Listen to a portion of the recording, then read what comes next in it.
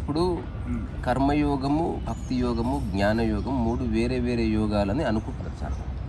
నేను కర్మయోగంలో ఉన్నా, ఒకతను జ్ఞానయోగంలో ఉంటాడు, ఒకతను భక్తి యోగంలో ఉంటాడు. ఇది మిస్కాన్సెప్షన్. 3 యోగాలు లేకుండా అసలు కదలిక లేదు. జీవితం ఈ 3 యోగాల కలయిక. ఇప్పుడు నేను వంట చేస్తున్నాను, వంట చేయడం కర్మైంది, ఎలా చేయాలో తెలియడం జ్ఞానమైంది, చేసే విధానం భక్తి. అయితే పని చేస్తున్నప్పుడు కర్మయోగం పైన ఉంటుంది, భక్తి జ్ఞానయోగాలు దాని కింద ఉంటాయి. ఇప్పుడు మనం మాట్లాడుతున్నప్పుడు కర్మ చాలా తక్కువ ఉంది, అందుకని ఇప్పుడు ప్రస్తుతం జ్ఞానయోగం నడుస్తున్నది. తద్వారా భక్తి యోగము, కర్మయోగము కింద ఉంది ఆ త్రిశోల్డ్లో, ఆ పిరమిడ్లో. అట్లా కాకుండా నేను భజననే చేస్తున్నాను, భక్తి యోగం ప్రధానంగా అనిపిస్తున్నది, కానీ దాని కింద జ్ఞానయోగం మళ్ళీ కర్మయోగం కూడా ఉండవలసింది. సో ఈ 3 కలిస్తేనే ఒక కదలిక పూర్తి అవుతుంది. ఇది ఎవరైనా అర్థం చేసుకోదగ్గదు, ఇందులో డిస్ప్యూట్ లేనే లేదు. ఇప్పుడు మీరు ఏ పని చేయాలన్నా ఈ 3 కలిసి చేస్తాం. మీరు ఏదైనా పని చెప్పండి, డ్రైవింగ్ చేస్తున్నారు, డ్రైవింగ్ చేయడం ఏమైంది? కర్మయోగం. డ్రైవింగ్ ఎలా చేయాలన్న నాలెడ్జ్ జ్ఞానయోగం, ఇరుకతో నడపడం భక్తి యోగం. భక్తి అంటే పూజ అని కాదు, మళ్ళీ పూజ అనేది అది ఒక కాండ కిందికి వస్తుంది. అంటే అటెంటివ్నెస్ అండ్ అవేర్నెస్. పూజ అన్నది విధి విధానాలకు సంబంధించింది, భక్తి అన్నది జీవన విధానానికి సంబంధించింది. ఎగ్జాంపుల్, నేను తద్దినం పెడుతున్నాను అనుకోండి, అక్కడ ఉండే భక్తి, నేను ఎవరికో ప్రసాదం పెట్టి ఉండే భక్తి ఒకటే, కానీ కాండం మారింది. అంటే ఎట్లా చేయాలి అన్నది మారింది. ఇక్కడ పెట్టే పూలు వేరవచ్చు, అక్కడ పెట్టే పూలు వేరవచ్చు, ఇక్కడ పెట్టే చదివే మంత్రాలు వేరవచ్చు, అక్కడ చదివే మంత్రాలు వేరవచ్చు. బట్ కోర్లో ఉండే కర్మ మారదు. అంటే కర్మ అన్నది నువ్వు చేయవలసింది, అది నిష్కామ కర్మ అయితే సూపర్. అట్లా. సో జ్ఞానం అన్నది ఓకే, అది జస్ట్ 24 hours నీలో వెలిగే దీపంలాగా ఉండాలి జ్ఞానం అన్నది. అది ఓన్లీ నువ్వు స్పీచ్ ఇస్తున్నప్పుడు లేకపోతే కాదు, ప్రతి మాట ఎరుకలో రావాల్సింది. దీని చిన్న సూత్రం ఏంటి? తెలిస్తే తెలుసు అని చెప్పు, తెలియకపోతే తెలియదని చెప్పు, అంతేగాని బుకాయించు. ఇది జ్ఞానానికి ఫస్ట్ స్టెప్. క్లెయిమ్ చేసుకో, నాకు తెలియదు తెలుసు అని. అక్కడ కూర్చొని పోయి ఇక్కడి నేను తీసుకు, ఇక్కడి వాటర్ బాటిల్ అయింది, వాటర్. ఇప్పుడు మీకు అర్థమైంది కదా. అంటే అక్కడ పెట్టుకొచ్చిన ఈ పితృదేవతలు శాంతించాలి. అవును, శాంతించేది మన మనసు, దోషాలు ఉంటాయి. ఇదంతా మన మనసు శాంతించడానికి, శాంతించే దోషాలు ఉంటాయి, అదంతా మన ఆలోచనని. ఇప్పుడు ఆలోచనని శాంతపరచడానికి అవన్నీ చేయవలసి వస్తుంది. ఇప్పుడు ఉదాహరణకి నాకు మీ మీద కోపం వచ్చింది, సంవత్సరమైంది, మిమ్మల్ని తలుచుకుంటే నాకు కోపం వస్తుంది. ఎందుకని నేను అడిగాడు, ఆయన బహిరంగ క్షమాపణ చెప్పాను నాకు అన్న. మీరు చెప్పగానే ఆ కోపం ఎట్టుపోయింది అసలు? ఆలోచన ఎండ్ అయిపోయింది. అంటే ఒక ఆలోచనని ఎండ్ చేసి క్షమాపణ మీరు చెప్పడం వల్ల ఎండ్ అయింది. అట్లనే తర్పణం వల్ల ఆలోచన ఎండ్ అయిపోయింది. ఇంకేదో సంస్కారం చేస్తే ఆలోచన లేదు. ఇదంతా ఆలోచన ఒక్కొక్కసారి ఎండ్ కాదు, అందుకని ప్రాసెస్ అవసరం. ఇప్పుడు పెళ్ళికి అంత పెద్ద ప్రాసెస్, ఎందుకంటే 100 ఏళ్ళు బతకాలన్న కమిట్మెంట్ రావాలంటే 2 నిమిషాలు పూర్తి చేయదు దాన్ని. అందుకని ఒక వారం రోజులు ఎక్స్టెండ్ చేసి, అప్పుడు మైండ్లో ఫస్ట్ యాక్టివిటీ రిజిస్టర్ అవుతుంది. సంథింగ్ సిగ్నిఫికెంట్, ఇది చాలా ఇంపార్టెంట్ అన్న భావన కలిగి అంతెందుకు ఒక ప్రాణ ప్రతిష్ఠ చేస్తారు. బోల్డ్ అంత ప్రాసెస్ ఉంటుంది. ఎవరో చెక్కిన విగ్రహాన్ని తీసుకొస్తారు, నీళ్ళలో కడుగుతారు, పసుపులో కడుగుతారు, అది చేస్తారు, ఇది చేస్తారు, దాన్ని నెయ్యిలో నానబెడతారు, ఏదో ఉంటుంది. నేను ఒకసారి స్వయంగా పూర్తిగా తర్వాత ఒక రకమైన మంత్రోచ్చారణ ఉంటుంది, అందరు కూర్చొని దానికి పసుపు కుంకుమ ఇవ్వాలి. దీనివల్ల ఏమవుతుంది, మెల్లగా మనిషి దీన్ని అన్కాన్షియస్గా టచ్ చేయొద్దు, బికాస్ ఇది ప్రాసెస్ చేయబడ్డది. అట్లా దాంట్లో మనిషి ప్రాణాన్ని నింపుతున్నాడంటే ఏదైతే ఏమంటారు అశుద్ధమైన ఉన్నాయో అవేవి దాని దగ్గరికి రాకూడదు. అది చెప్తే వినరు. ఇప్పుడు ఈ రాయి శివలింగం అంటే నమ్మడానికి కష్టం. అదే ఇప్పుడు ఎవరో జగ్గి వాసుదేవ్ గారు వచ్చి ఒక 3 days పెద్ద టెంట్లు గింట్లేసి ప్రోగ్రామ్ జరిగి అదే రాయి రకరకాల యాక్టివిటీస్లో పాల్గొన్న తర్వాత అందరూ దాని భక్తి కలుస్తారు. సో ఉన్నది అట్లే ఉంది, మారింది ఆలోచన. దాని పట్ల మన వైఖరి మార్చడానికి పుణ్యక్షేత్రం ఎక్కడో లేదు, ఇక్కడే ఉంది. మన వైఖరే పుణ్యక్షేత్రం. సొసైటీని ఒక ఆర్డర్లో పెట్టడానికి కూడా ఇవన్నీ 100%. ఇప్పుడు మనం అంటే టెక్నాలజీ యుగంలో ఉన్నాం. ఒక వాట్సాప్ ఉంది, నెట్ఫ్లిక్స్ ఉంది, లేకపోతే ఏదో యాక్టివిటీ ఉంది, కార్ వేసుకుని బయటకు వెళ్ళొచ్చు. జస్ట్ ఇమాజిన్ చేయండి, 1000 ఏళ్ల క్రితం మనిషికి ఏమీ లేదు. నిన్ననే హరిపురం పోతే 8:30కు లైట్లు ఆపు ఎవరు లేడు రోడ్ల మీద. అసలు టీ తాగుదామంటే లేదు రోడ్ల మీద, పడుకున్నారు అందరు. పొద్దున్నే లేచి అలాంటి టైంలో మనిషి రోజంతా గడపడానికి కొన్ని విధి విధానాలు అవసరం. రెండోది టక్ ఇప్పుడు సంధ్యావందనం 1/2 సెకండ్లో అయిపోయింది. నెక్స్ట్ ఏం చేయాలో తెలియదు, అందుకే గంట జరిగే విధంగా ఒక ప్రాసెస్ పెట్టారు. అట్లా నువ్వు తిన్నది ఇట్లా దేవుడికి పెడితే అట్లా కాదు. దేవుడికి ప్రసాదం ఉండాలంటే నువ్వు స్నానం చేయాలి, మడి కట్టుకోవాలి, ఇది చేయాలి, అది వీటన్నిటి వల్ల నీకు సమయం గడుస్తుంది. సమయాన్ని ఎలా గడపక తప్పదు. దాన్ని కాస్త అర్థవంతంగా గడపడానికి ఈ సంస్కారాలను వచ్చింది. అదర్వైజ్ మైండ్ మనిషిని పిచ్చివాణి చేసే ప్రమాదం. అవసరం అది, ఈ జనరేషన్ మనిషికి కూడా అవసరం. ప్రతిరోజు ఉపయోగం ఉందో లేదో ఒక అర్ధగంట ధ్యానం చేయడం అవసరం. హెల్త్ వస్తుందో రాదో యోగా చేయడం అవసరం. దానివల్ల నీ సమయం అర్థవంతంగా గడుస్తుంది. ఈ 3 యోగాలు ఇప్పుడు ఎగ్జాంపుల్ లాస్ట్ ఇది పెంచడానికి కారణం సమయం అర్థవంతంగా గడపడం, అంతకుమించి వేరేది. దీని బదులు పత్తాలాట కూడా ఆడుకోవచ్చు ఇక్కడ. ఆ వాటర్ బాటిల్ తీసుకోండి. గురించి ఈ 3 యోగాలు చెప్పారు కదా, ఈ అభ్యాస యోగం అంటే ఏంటో అది కూడా ఏదో ఒక ఇంకా ప్రతిదీ యోగమే యాక్చువల్గా. ఓకే, ఏదైనా కలయిక యోగం అంతే. అంటే ఒక యాక్ట్ కంప్లీట్ అవ్వడానికి ఈ 3 యోగాలు. ఈ కాఫీ కప్పులు పోయడం కూడా యోగమే. ఎవ్రీథింగ్ ఈజ్ యోగం. యోగం అంటే నథింగ్ బట్ కలయిక, మూమెంట్, యూనియన్ అని. ఓకే, రకరకాల యోగాల పేర్లు ఎన్ననే చెప్పొచ్చు, కానీ అంతర్లీనంగా ఉన్నవి 3: జ్ఞాన, భక్తి, కర్మయోగాలు. అయితే మరి ఇది చాలా మంది ఈ 3 సపరేట్ వేస్ అన్నట్టుగా, అది మిస్కాన్సెప్షన్. ఇట్రా అంటే మనం కామన్ సెన్స్ ఇప్పుడు నేను పోస్తున్నా, ఇది కర్మయోగం కాదా? అంతేకాదు. తర్వాత ఎలా పోయాలి అన్నది జ్ఞానం కాదా? పోస్తున్నప్పుడు నీ మానసిక స్థితి భక్తి కాదా అన్నది అర్థం చేసుకుంటే ఈ 3 యొక్క బ్యాలెన్స్లో లైఫ్ చాలా బాగా ఉంటుంది. ఈ 3 లేకుండా అసలు నీ క్షణం కూడా ఉండదు. పట్టరా బాలు.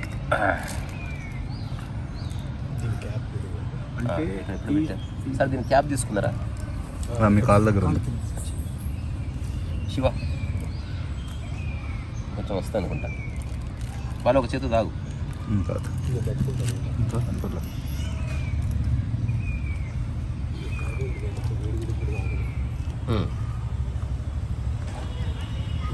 కీస్ దాంట్లోనే పెట్టావా కార్లో?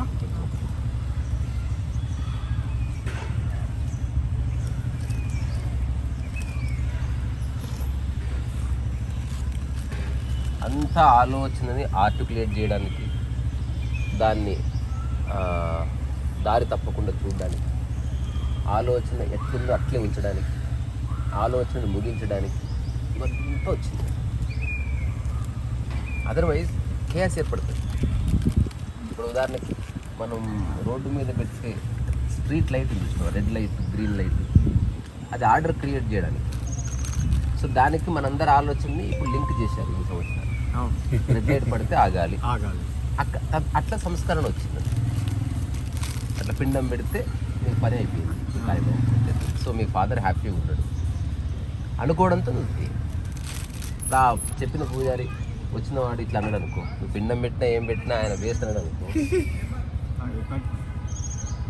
నువ్వు పిండం పెట్టినా ఏం పెట్టినా మీ ఫాదర్ ఆనందంగా ఉండే దాఖలు ఏం కనిపిస్తలే అన్నాడు. ఇప్పుడు నిద్ర పడుతుంది. అన్నట్టు అదేదో 11 రోజుల్లో అన్ని పూర్తి చేసి ఆ థాట్ని అంతటితో ఎండ్ చేయాలి, కానీ ఎవ్రీ ఇయర్ పెట్టి మళ్ళీ అదంతా గుర్తు చేసుకోవడం ఆర్డరే. అంత లైఫ్ అనేది ఒక సైకిల్ కాబట్టి అట్లా. సో ఎవరికైతే ఆలోచనలు అనేవి బాధించవు వాడు ఏ కర్మకాండ చేయవలసిన అవసరం, అది వాడికి తెలుస్తుంది. ఇప్పుడు రమణ మహర్షి వాళ్ళ మదర్ చనిపోయినప్పుడు సంఘటన ఎంత ఎక్స్ట్రాడినరీ ఉంటుందో. అంటే జనాలు ఊరికి రమణ మహర్షి అంటారు, కానీ అట్లా మన ఇంట్లో వ్యక్తి చేస్తే మనం తట్టుకోలేము. కొండ మీద నుంచి వస్తే వాళ్ళ అమ్మ చనిపోయింది. చనిపోయే కంటే ముందు ఆమె అవస్థ పడుతుంటే ఆమె ఛాతి మీద చేయి పెట్టి అట్లా 1 గంట సేపు కళ్ళు మూసుకొని కూర్చుని అతను చేసింది ఏదో యోగ ప్రక్రియ అనుకున్నారు, ఏమీ కాదు. ఇప్పుడు మనకి ఎవరన్నా చిన్నపిల్లలు ఏడుస్తుంటే మనం భుజం మీద చేయి పెడతాం. ఈ టచ్ వల్ల నీ మైండ్ వచ్చి అక్కడ ఆగుతుంది. బేసికల్గా ఎవరైనా బాధలు ఉంటే ఒక ఆ హగ్ దగ్గరకు చాగుతుంది మనసు. ఇప్పుడు ఎవరైతే మరణ సమయంలో రకరకాలుగా మైండ్ పరిగెడుతుంటుంది, అందుకని ఒక దగ్గర వచ్చి అదిమితే అక్కడ వచ్చి ఆగుతుంది. అట్లా ఆమె మరణించింది. ప్రశాంతంగా ఒక హ్యాపీ ఫేస్తో మరణించింది. అతను స్థిరంగా ఉన్నాడు. ఆ స్థిరత్వం మనిషిలో ప్రశాంతత. ఎగ్జాంపుల్, మీరు చాలా కష్టాల్లో ఉన్నారనుకోండి, ఒక్క వ్యక్తి స్థిరంగా ఉంటే మీ కష్టాలు సగం వెళ్ళిపోతుంది. మీరు ఒక ప్రాబ్లంతో హాస్పిటల్కి వెళ్ళారు, డాక్టర్ అసలు బెంబెలెత్తిపోయినాం, మీరు చనిపోయే ప్రమాదం. డాక్టర్ ఏంది ఆ ప్రాబ్లం అంటే ఏముంది అందులో, కూర్చోండి, ఏ చిన్న విషయం. నేను సినిమాలు ఏం చూస్తూ ఉన్నాడు, అసలు ఇది ప్రాబ్లమే కాదని. అట్లా కాకుండా డాక్టర్ అవుట్, నువ్వు అవుట్, అమ్మ నువ్వు అవుట్, నేను ముట్టుకొని విని అన్నాడు. వాడికి ఏం లేకపోయినా ఒక కొత్త డెడ్ లైన్ ఇచ్చి 6 years వరకు గ్యారంటీ అన్నాడు అనుకో. కొంచెం ఇప్పుడు రమణ మహర్షి అట్లా చేయి అదిని పెట్టి ఆ తర్వాత ఆమె శరీరం వదిలి వెళ్ళిపోయింది. తర్వాత ఆయన పద్ధతిలో ఆయన కాసేపు కూర్చొని చూసినాడంట. అక్కడ గణపతి వీళ్ళందరూ ఉన్నారు, మురుగనాడు పేరు ఎవరెవరు. మరి భోజనం చేశారా మీరు అని అసలు వాళ్ళు నమ్మలేకపోయారు ఆ మాట. వాళ్ళు అనుకున్నది ఏంది, రమణ మహర్షి బ్రాహ్మణుడు, మరణించిన తల్లి, ఎంత పెద్ద కథ ఉంటుందో, కార్యక్రమం ఎంత ఉంటుందో. అంటే మీరు భోజనం చేశారా అంటే పీనుగు పెట్టుకొని భోజనం ఎట్లా చేస్తాం, గణపతి అన్నమాట. ఇప్పుడు దాన్ని ఏం చేయాలంటే తీసి అక్కడ రాడలు ఇస్తేనా. అసలు ఇప్పుడు రమణ మహర్షిని ఆరాధించే వాళ్ళు ఈ విషయాన్ని ఫస్ట్ తర్కించాలి, అసలు క్వశ్చన్ చేయాలి, ఎంక్వైరీ చేయాలి. అతను చెప్పింది 100% కరెక్ట్. చనిపోయిన తర్వాత నువ్వు దాన్ని ఎంత డెకరేట్ చేసినా ఉపయోగం లేదు, ఉన్నప్పుడు మంచిగా ఉండు. మొన్న రావు గారు ఆయన చెప్పినట్టు నువ్వు తీసినా తీయపోయినా మరమాలకు కాలిపోతే రావు, ఏవి రావు. ఆయన అంత క్లియర్గా ఉన్నాడు. అంటే ఆయన మనసులో మైల లేదు, కానీ మిగతా వాళ్ళందరికీ ఉంది. వాళ్ళకు దిమ్మ తిరిగిపోయింది. ఆయన అట్లా కొండ మీదకి పోయి వచ్చే లోపు వీళ్ళంతా చేసేసారు కార్యక్రమం శాస్త్రోక్తంగా. మళ్ళీ ఆయన వస్తే ఏమంటాడో తెలియదు. అసలు దాన్ని పట్టించుకోలేదు ఆయన. అది నిజమైన మనస్సు. కానీ అట్లా మన ఇంట్లో ఎవడం ఉంటే ఒప్పుకుంటా అన్నది రియల్ క్వశ్చన్. రమణ మహర్షిని చూసి ఆరాధిస్తున్నాం, మీ ఇంట్లో నీ కొడుకు గోచి పెట్టుకొని అట్లా కూర్చుంటే అంగీకరించగలవా? సో ఏ తల్లి కన్న కొడుకు భగవాన్ అయితే పర్వాలేదు, కానీ మన ఇంట్లో వాడు మాత్రం డాక్టర్ కావాలనే కాంటెక్స్ట్ నాకు నచ్చదు. మా తెలిసిన ఆయన ఒక ఆయన ఉన్నాడు, వాళ్ళ అబ్బాయి పుడితే వివేకానందని పేరు పెట్టారు. సో వాడు చదవట్లే, ఆందోళన పడతాడు, కుక్కలతో ఆడుకుంటాడు, పిట్టలతో ఆడుకుంటాడు, వర్షంలో తడుస్తాడు. ఇట్లా అయిపోయిందంటే ఏవో పరమహంస అవుతాడేవో, వదిలే రాదని నేనంట. ధైర్యం సరిపోతలేదు నాకు. అంటే నువ్వు పరమహంసను కొలుస్తావు, జై గురుదేవ్ అంటావు, నీ కొడుకులో ఆ క్వాలిటీస్ని తట్టుకోలేకపోతున్నాడు. అసలు మనిషి అంత స్వార్థపరుడు, దుర్మార్గుడు, దొంగనా కొడుకు. కానీ ఒక్కటి, ఎవరికైతే మనసు యొక్క స్వభావం అర్థం చేసుకోవాలని పడ్డదో వాడిని ఎవ్వరూ బంధించలేదు. ఆ ఒక్క ప్రాసెస్ మొదలైన తర్వాత వాడు పూర్తి చేసి మళ్ళీ ఊర్లోకి వస్తాడు తప్ప, ఆ తర్వాత నువ్వు ఎన్ని చేయి, ఎన్ని పిల్లి మొగ్గలే, నువ్వు సస్తానికి బెదిరి వాడింత కూడా మారడు. ఈజ్ ఫ్రీ, అంతే. వాటిలో ఏ వైమనస్యత ఉండదు, రియాక్షన్స్ ఉండదు. జస్ట్ నీ అజ్ఞానాన్ని అంతే. ఓషో లైఫ్లో కూడా చిన్న ఇన్సిడెంట్ ఉంటుంది. వాళ్ళ ఇంటికి వచ్చేసరికి వాళ్ళ ఫాదర్ ఎక్కడ ఫాదర్ అంటే లేడు, పక్కింటికి వెళ్ళాడు. పక్కింటికి దేనికి వెళ్ళాడు అంటే ఎవరో సన్యాసి వచ్చాడంట, అతనికి పాద నమస్కారం చేసుకొని డబ్బులు ఇవ్వడానికి వెళ్ళాడు. అసలు సన్యాసి అని ఎట్లా తెలుసు? కాషాయం వేసుకున్నాడు కదా. అచ్చా, అంటే అతను ఎవరో తెలియాల్సిన అవసరం లేదు, జస్ట్ కాషాయం ఉంటే చాలు, అంతే కదా. వాళ్ళ ఫాదర్ వచ్చేసరికి కాషాయం వేసుకున్నాడు. ఫస్ట్ నా కాడు ముఖం అంటున్నాడు. అంటే అట్లుంటుంది రాడికల్ మైండ్. వాళ్ళ ఫాదర్ ఆశ్చర్యపోయాడు. నువ్వు సన్యాసి అవ్వడానికి వీల్లేదంటే ఎవరి కొడుకో సన్యాసి అయితే కాళ్ళు మొక్కుతుంది, నీ కొడుకు మాత్రం సన్యాసి కావద్దా? ఈ రోజుతోనే స్టార్ట్. అంటే నీ వల్ల నాకు ఒక స్పష్టత వచ్చింది, ఇది నీకు సంబంధం లేదు, అయితే ఫ్రీగా. ఎస్,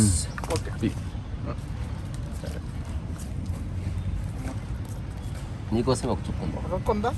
ఒక చుక్కన చాలు, అదో ఫీలింగ్. నేను ఎందుకో ఆ ఒక్క చుక్క ఉంచిన, అదే నువ్వు రాగానే ఎట్లా తీస్తా. ఓకే, బిస్కెట్ ఏమైనా తింటారా మరి? తినేసిన వాళ్ళు ఉండదు ముందు ఆ బొబ్బర్ అతను ఏయ్ లైక్ పోలీసులు పట్టుకున్నారు. 2000 వేసారు ఫైన్. అయ్యయ్యో.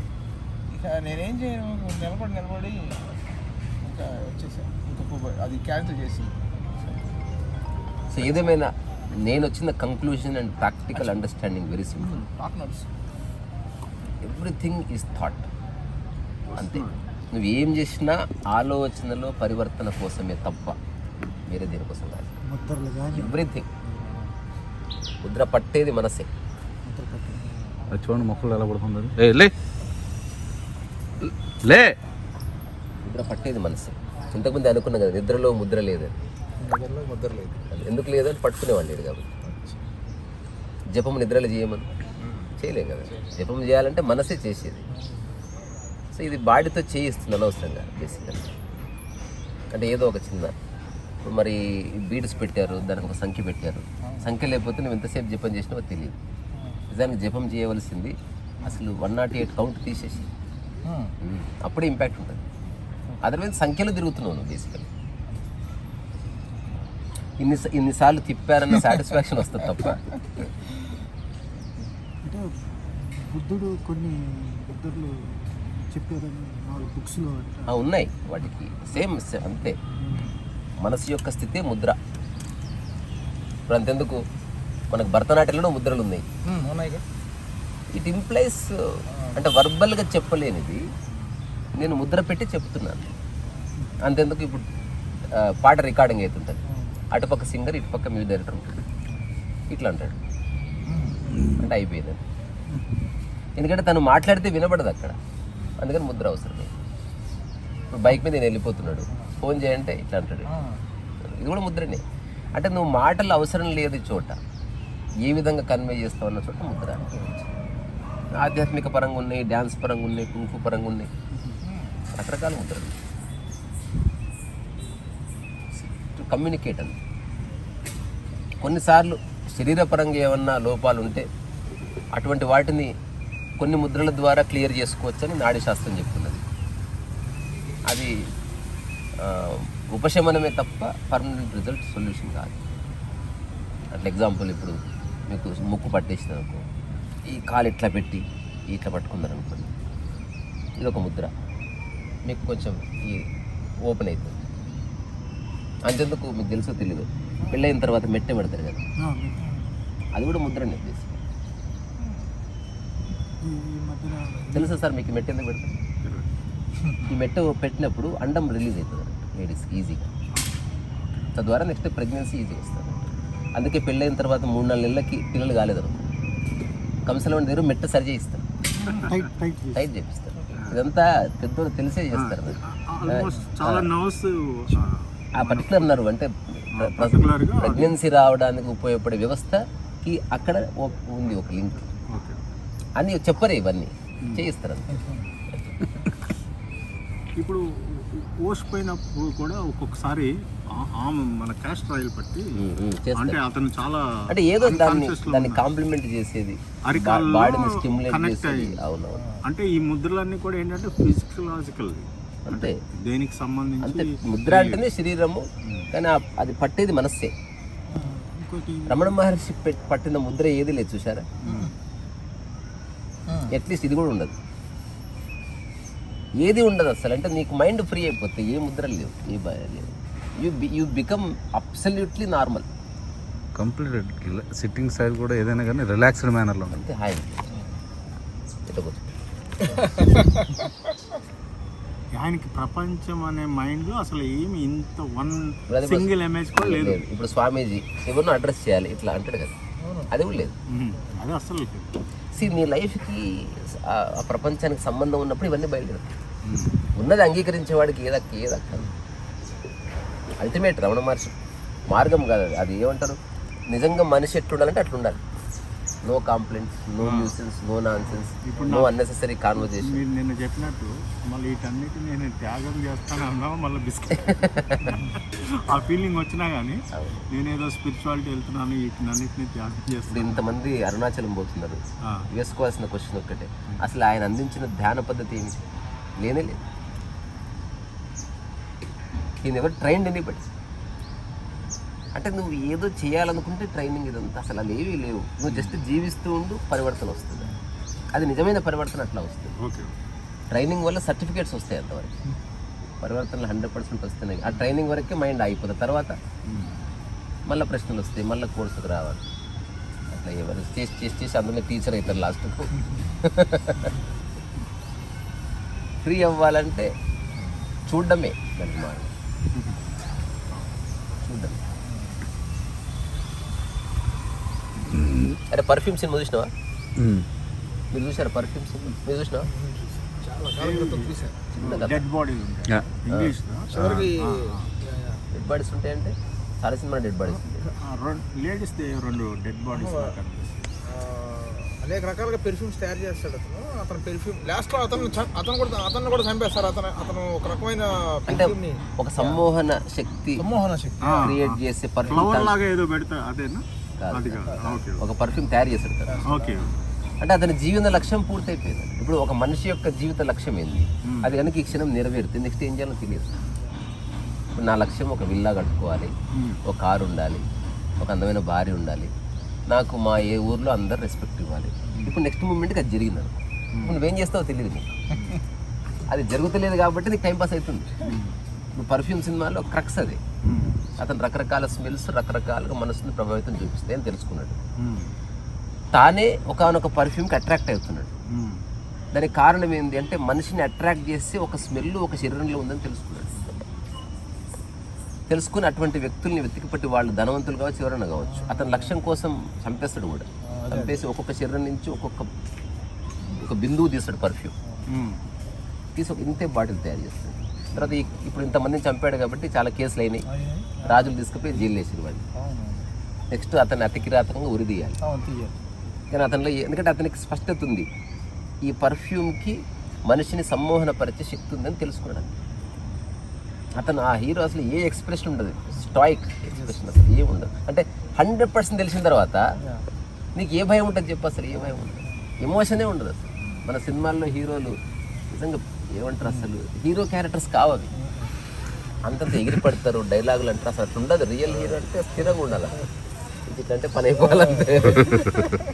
శంకరాభరణం శంకర శాస్త్రి హీరో.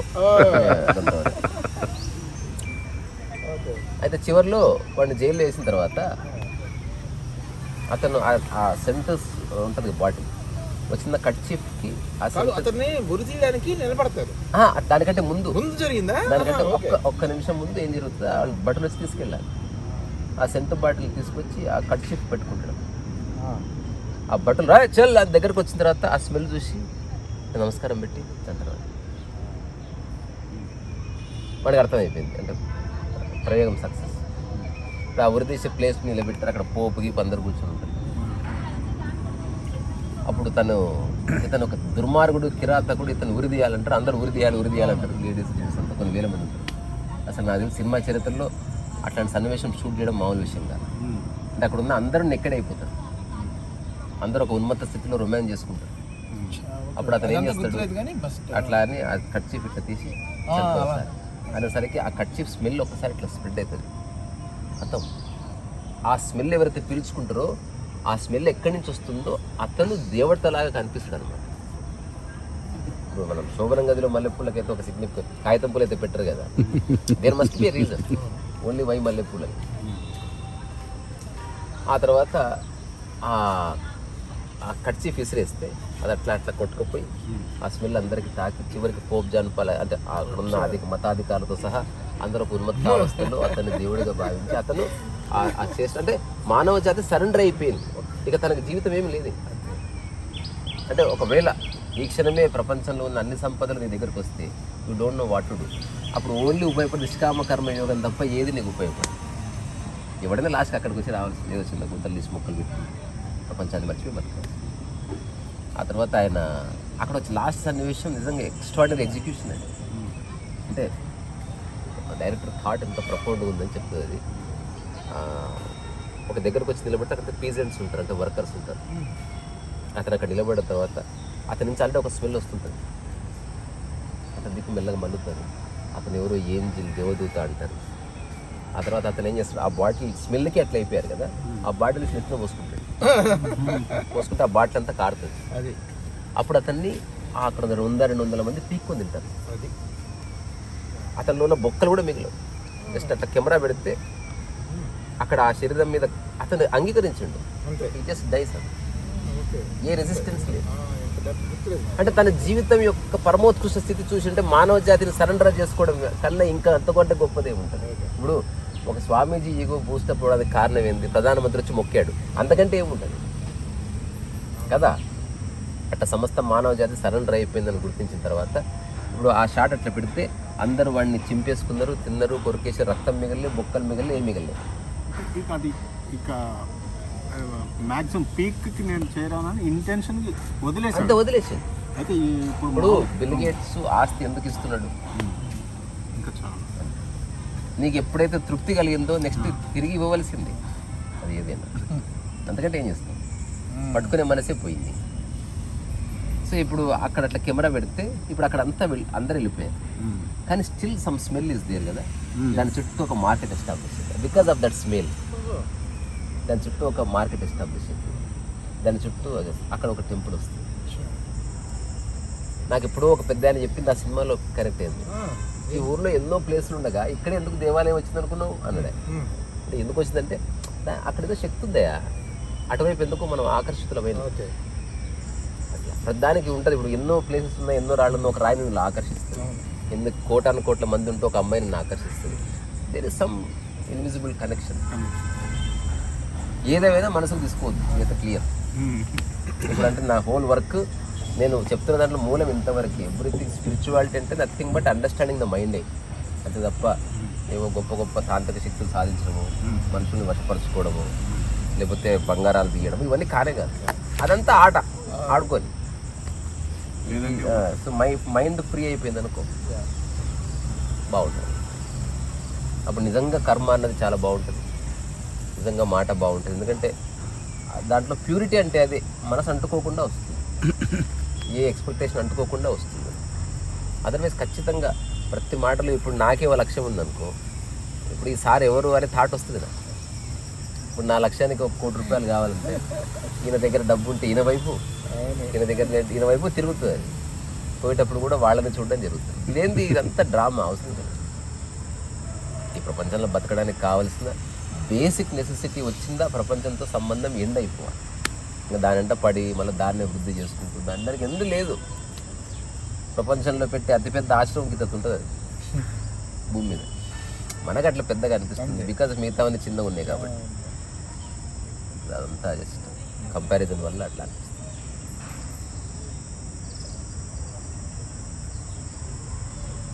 నిన్న స్టేట్మెంట్ నచ్చింది కదా మీకు? చెప్పు ఒకసారి సీదర్ ఇంటర్ బాయ్ చెప్తాను. అది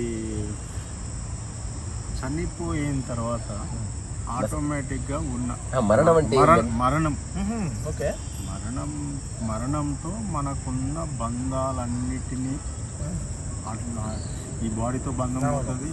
తర్వాత మనకున్న పిల్లలు నాది అన్ని పోతాయి.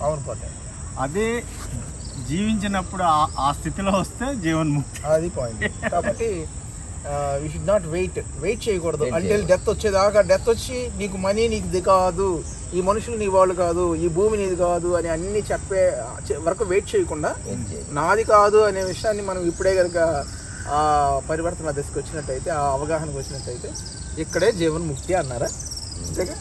Very good. అంటే మరణం అంటే నా అనుకున్న వాటితో సంబంధం తెగిపోవడం. అంతే. మెలకు ఉన్నప్పుడే, అంటే నువ్వు సజీవంగా ఉన్నప్పుడే తెగిపోతే జీవన్ముక్తి. లిబరేషన్ అంటే అంతే, అది అంతకుమించి ఏమి లేదా. దాన్ని ఎట్లా పర్సీవ్ చేస్తావు, దేంతో సంబంధం ఉంది, ఎప్పుడు తెంపుకుంటావు, అది ఏమైనా ఒకటేమో భౌతిక దేహం ముక్తి, ఇదేమో జీవన్ముక్తి. వెరీ సింపుల్ గురించి నిజంగా చెప్తున్నాను కదా. నేను దాన్ని నిన్నటి నుంచి ఒక 4-5 సార్లు నా మైండ్లో తిరుగుతూనే ఉంది.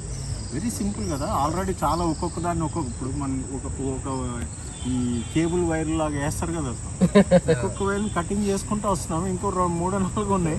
సరే వాటిని ఎట్లా వరకు పెట్టి కనీసం ఎరుకలో ఉంటే కట్ చేయొచ్చు. కట్ చేసినట్టు ఎదుటి వ్యక్తికి తెలియదు కూడా తెలియదు. షేక్ హ్యాండ్ ఉంటుంది, లేదంటే యాడ్ చేయొచ్చు. ఫ్రెండ్షిప్ ఉండదు ఇప్పుడు. ఆ. అదంటే అదొక ఆర్ట్. అంటే కౌగిలించుకొని కూడా ఏ సంబంధం లేకుండా ఉండొచ్చు.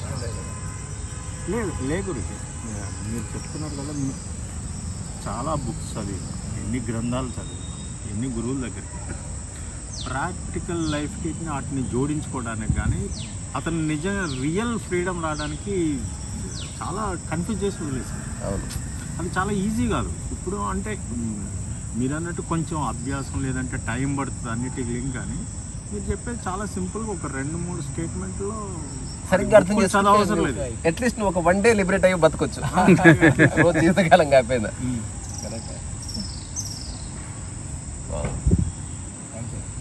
చాలా మొక్కలు పెట్టిర్రు నిన్న మొన్న. పెరిగిపోతా ఉన్నాయి మెల్లమెల్లగా. సరే బాయ్ చెప్పండి ఒకసారి. బాయ్.